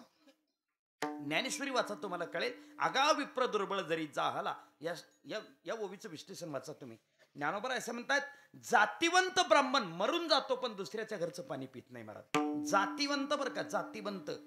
जातवान संगमनेरमध्ये भजा खात बसतो, त्यांना का ब्राह्मण म्हणायचं का सांगा तुम्हाला. ते बामन आहेत, बामन. ब्राह्मण नाहीत ते, बामन आहेत. वाचा तुम्ही ज्ञानेश्वरी, तुम्हाला कळेल महाराज ब्राह्मणाची व्याख्या. ऋग्वेदी ब्राह्मणांचं संमेलन भरलेलं होतं. किरण महाराज असं वैशिष्ट्य होतं त्या संमेलनाचं. स्टेजवर बसलेले ब्राह्मण, खाली बसलेले ब्राह्मण, लाऊडस्पीकरवाला ब्राह्मण, मंडपवाला ब्राह्मण, आचारी ब्राह्मण, वाढणारे ब्राह्मण आणि झाडणारे ब्राह्मण. दुसऱ्याला प्रवेशच नव्हता महाराज. त्या कमिटीने ठरवलं आपल्याला कीर्तन ठेवायचंय. मग झाडणारे आणि वाढणारे जर ब्राह्मण आहेत तर कीर्तनकार गुरव चालेल का तिथे? कीर्तनकार कोण पाहिजे? ब्राह्मणच पाहिजे. त्या ब्राह्मणांची एक ऋग्वेदी एक कमिटी नेमली. ती कमिटी आळंदीला गेली. आळंदीला त्यांना लक्षात आलं पुण्याच्या SP कॉलेजमध्ये मामासाहेब दांडेकर प्राचार्य म्हणून काम करत होते, ते ब्राह्मण होते. कमिटी गेली ना, हात जोडलेत. मामासाहेब, नाशकामध्ये ऋग्वेदी ब्राह्मणांचं संमेलन भरलंय, तिथे तुम्ही कीर्तन करावं. मामांनी सांगितलं, अरे तुम्ही ऋग्वेदी ब्राह्मण आहात, तुम्ही निष्णात आहात, तुमच्यासमोर मी काय कीर्तन करेन, माझा अभ्यास नाही, तुमच्यासमोर कीर्तन करण्याची माझी अवकात नाही. तुम्ही एक काम करा, आळंदी तीर्थक्षेत्रावर जा, तिथे एखाद्या विद्वान कीर्तनकाराला घेऊन जा. ती कमिटी म्हटली, मामा आम्हाला तीच अडचण आहे, विद्वान नसला तरी चालेल पण कोण पाहिजे? ब्राह्मणच पाहिजे. आता आली का अडचण? पण मामा होते ते. महाराज, महाराष्ट्राच्या मांदियाळीमध्ये असा एकच कीर्तनकार झाला ज्याला साहेब म्हटलं जातं. मामा साहेब, एकच कीर्तनकार, एकच कीर्तनकार महाराज. मामासाहेब म्हटले काही हरकत नाही, तुम्ही जा, मी कीर्तनाला येतो, तयारी करा. दुसऱ्या दिवशी मामा रेल्वेने कीर्तनाला गेलेत नाशकामध्ये. ऐका बरं, ऐका. हजारो ऋग्वेदी ब्राह्मण समोर कीर्तन ऐकायला बसले होते आणि मामाने अभंग कोणता निवडला माहितीये? अभक्त ब्राह्मण जळो त्याचे तोंड आणि काय त्याची रांड प्रसवली. तुम्ही किती विद्वान आहात राजा हो, याला काहीच किंमत नाही. तुम्ही किती ज्ञानी आहात, याला काहीच किंमत नाही. तुमची विद्वत्ता, तुमचं ज्ञान भजनाच्या पुढे पाणी भरतं, हे लक्षात ठेवा महाराज. भजन ही जगातली सर्वश्रेष्ठ ताकद आहे. म्हणून महाराज म्हणतात, राव रंक हो का उंच नीच याती, भक्ती विनमाती मुखी त्याच्या. अरे ज्या वेळेला नजराणा परत केला तुकोबारायांनी, छत्रपतींचा नजराणा परत केला, त्यावेळेला तुकोबारायांनी नजराणा परत केल्याचा छत्रपतींना थोडासा मनस्ताप झाला. छत्रपतीने असा विचार केला, हे महाराज कदाचित पाकिट घेत नसतील, यांचं पाकिट ड्रायव्हर जवळ द्यावं लागत असेल, असा अंदाज केला त्यांनी. कोणी? छत्रपतींनी. रात्री 2 वाजेचा प्रसंग महाराज. सुवर्ण नाण्यांची एक थैली भरली. ती थैली भंडाऱ्या डोंगरावर गेलीत आणि ज्या दगडावर बसून तुकोबाराय भजन करायचे त्या दगडावरती सुवर्णांची थैली ठेवली. समोर एका झाडावर जाऊन बसले. सकाळी दिवस उजाडला, तुकोबाराय भजन करत आलेत. पाहतात तो काय, आपण ज्या दगडावर बसून भजन करतो त्या दगडावर सुवर्ण पडलेलं आहे. महाराजांनी त्या दगडाचा त्याग केला, समोरच्या दगडावर बसलेत. अलौकिक चरित्र आहे महाराजांचं. महिपती महाराजांनी लिहिलेलं वाचा तुम्ही. अलौकिक चरित्र आहे महाराज. त्या दगडाला वाचा फुटली आणि तो दगड बोलू लागला, महाराज तुम्ही आज माझ्यावर का बसत नाही? महाराज सांगतात, तुका म्हणे आम्ही झालो अग्निरूप आणि लागो निधी पाप पुण्यांगा. अरे आम्ही पाप पुण्य अंगाला लागू देत नाही तर या सुवर्ण कसा अंगाला लागू दे. तू विटाळसीन झालास आज, तुला सुवर्णाचा विटाळ झाला म्हणून तुझ्यावर बसत नाही. अलौकिक चरित्र आहे. वाऱ्याचा झोत आला, तो दगड असा गडबडा लोळू लागला. एक पाण्याचा टाका होता, त्या टाक्यामध्ये तो बुडाला, पुन्हा त्या जागेवरून बसला आणि मग महाराजांना सांगतो, महाराज बसा आता माझ्यावर, करा आता भजन. तुकोबारायांना पाहून जगद्गुरु झाडावरून खाली उतरलेत, पाय धरलेत, डोळ्यातून अश्रू बाहेर आलेत. छत्रपती म्हटलेत, महाराज मला माफ करा, तुमची परीक्षा पाहण्यासाठी मी हे केलं. तुम्ही असा फोटो पाहिला असेल कुठेतरी, आठवा असा फोटो पाहिलाय. तुकाराम महाराजांनी छत्रपतीच्या अंगावर असा डावा हात ठेवलेला आहे आणि एक हात असा बोट करतायत. पाहिलाय फोटो तुम्ही? त्याचा सार तर सार असा आहे महाराज, असा सार आहे. ऐका, तुकाराम महाराज विचारतात, राजे माझी परीक्षा कशा करता पाहिली? सोन्याकरता, सोन्याकरता. समोर बोट केला आणि एका क्षणार्धात समोरचा डोंगर सोन्याचा करून टाकला महाराज. तुकाराम महाराज म्हटलात, राजे तुम्ही फक्त महाराष्ट्राचे राजे आहात, पण तुका म्हणे आम्ही राजे त्रैलोक्याचे, आम्ही त्रैलोक्याचे राजे. तीही त्रिभुवनी आम्ही वैभवाचे धनी. महाराज तीही त्रिभुवनात आमचा धाक आहे, आम्ही त्या वैभवाचे धनी आहोत. आम्ही फक्त धनाने नाही तर भजनाने जोडलो गेलोय. ज्ञानेश्वर ज्ञानराज माऊली तुकाराम, ज्ञानराज माऊली तुकाराम. एका जनार्दने हरी हरे म्हणता, एका जनार्दने हरी हरी म्हणता, एका जनार्दने हरी हरी म्हणता, एका जनार्दने हरी हरी म्हणता. मुक्तीचा युजता पाठीला गे, मुक्तीचा युजता पाठीला गे. हरिमुखी गाता हरिमुखी गाता हरपरिणता. मुक्तीचा युजता पाठीला गे, मुक्तीचा युजता पाठीला गे. हरिमुख गाता हरपले देता, हरिमुख गाता हरपले देता.